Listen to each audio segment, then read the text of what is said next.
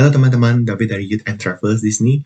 Dan pada kesempatan kali ini aku mau review sebuah produk pendidikan ya. Jadi aku mau review TOEFL ITP Prediction by Scooters.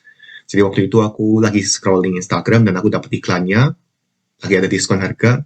Jadi ya sudah, aku daftar aja. Aku nggak pernah ambil TOEFL juga sebelumnya, jadi aku cukup penasaran. Jadi gimana hasilnya dan prosedurnya? Simak setelah yang satu ini.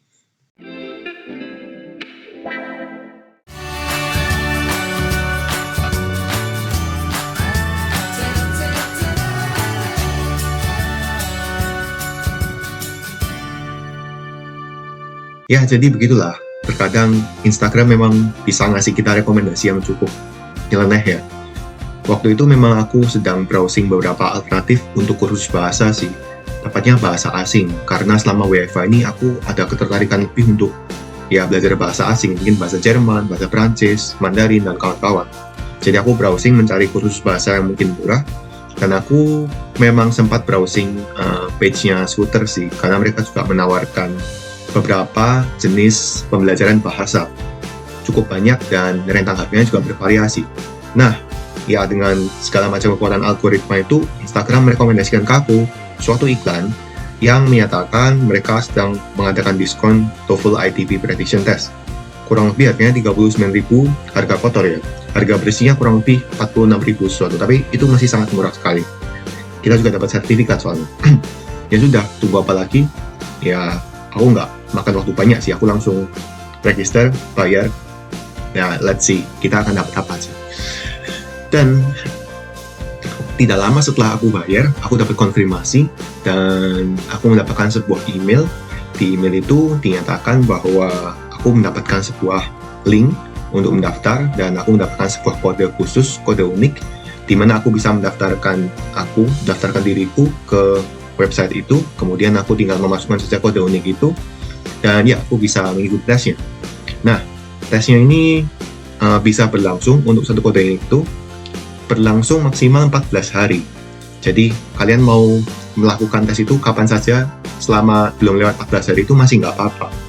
Jadi ya pastikan kalian tidak menunda terlalu lama ya, dan juga cari waktu yang nyaman untuk kalian berjalan.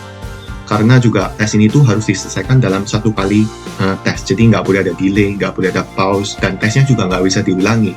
Jadi ya pastikan kalian memang mempunyai waktu luang.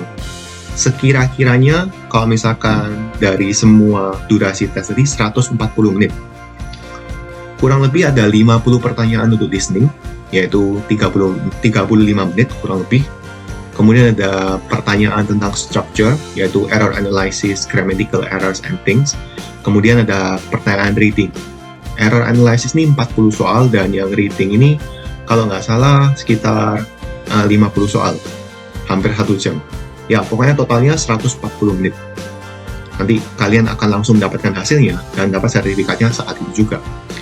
Jadi prosedurnya bagaimana? Prosedurnya setelah aku masuk dan mendaftarkan di website ini, aku memasukkan kode unik tadi yang ada di email itu, ya sudah. Terus muncullah beberapa warning-warning ini dan instruksi ya yang menyatakan bahwa ya tes ini tidak bisa diulangi, tidak bisa berhenti, dan tidak boleh melakukan kecurangan seperti membuka tab lain.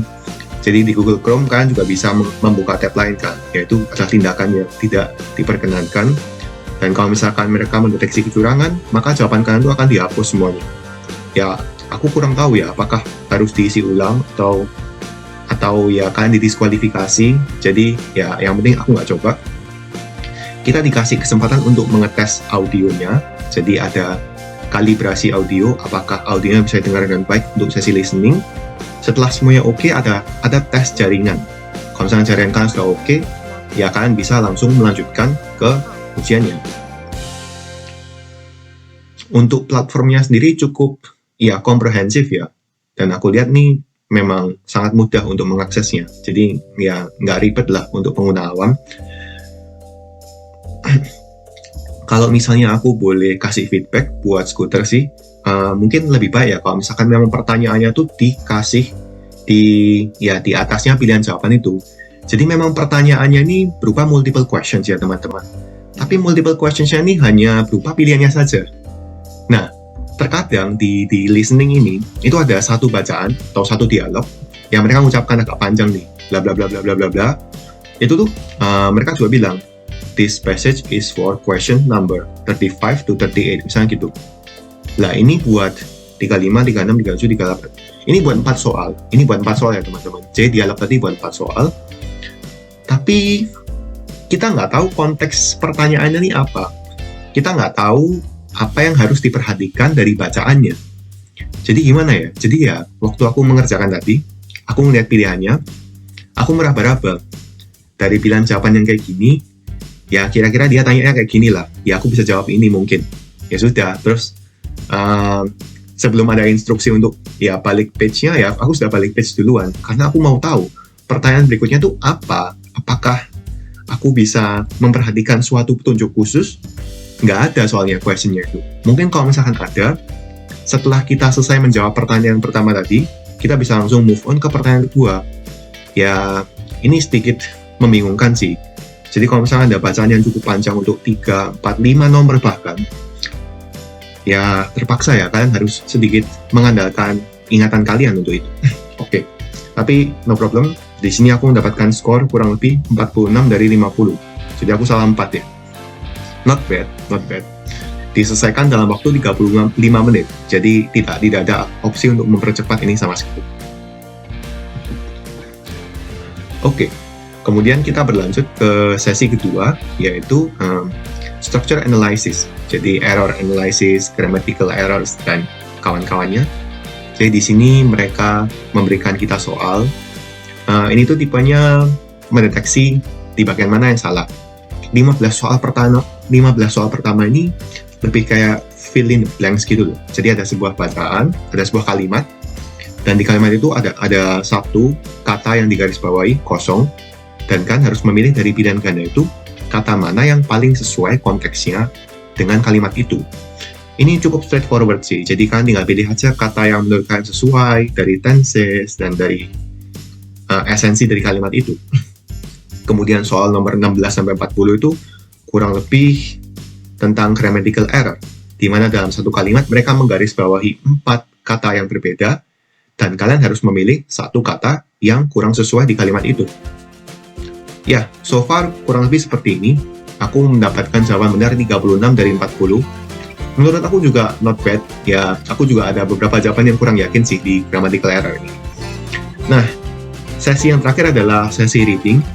Jujur, aku kalau misalkan reading, entah di IELTS atau dimanapun, aku malas banget sih. Dan aku selalu punya teknik, kalian baca dulu passage-nya, kalian baca dulu bacaannya. Ya sudah, baca itu sekali aja. Terus selanjutnya baca pertanyaannya. Maksud aku, kalian jangan melakukan teknik setiap baca pertanyaan baru baca bacaannya. Baca dulu bacaannya sampai utuh, baru kalian berpindah ke pertanyaannya. Nanti kalau misalkan kalian ada informasi yang kalian lupa, baru kalian baca lagi. Ya, jadi dengan teknik yang seperti itu, rata-rata memang aku bisa menyelesaikan soal-soal reading ini dengan cukup cepat ya. Untuk 50 soal reading tadi aku selesaikan kurang lebih dalam waktu 15-20 menit kurang. Ya memang cukup cepat, tapi kecepatan kan bukan berarti efisiensi dan akurasi kan ya. Jadi memang jawaban aku tidak sebenarnya benar, but it's okay. Overall, nilai tes TOEFL ITP prediction aku 603, menunjukkan CFR proficiency B2. Ya kalau misalnya dibandingkan dengan tes IELTS aku yang C2, lumayan jauh. But it's okay, understandable, karena one of my main strong points ya itu actually the speaking, dan mereka nggak coach my speaking, so okay. Overall pengalaman aku untuk ikut ITP TOEFL prediction ini, terutama dari Scooters ini cukup menyenangkan. Jadi dari pihak Scooters juga memberikan instruksi yang mudah untuk diikuti, dan harganya juga cukup miring sih. Sertifikat ini bisa kalian gunakan. Nah, aku kurang tahu apakah bisa digunakan untuk urusan administrasi resmi.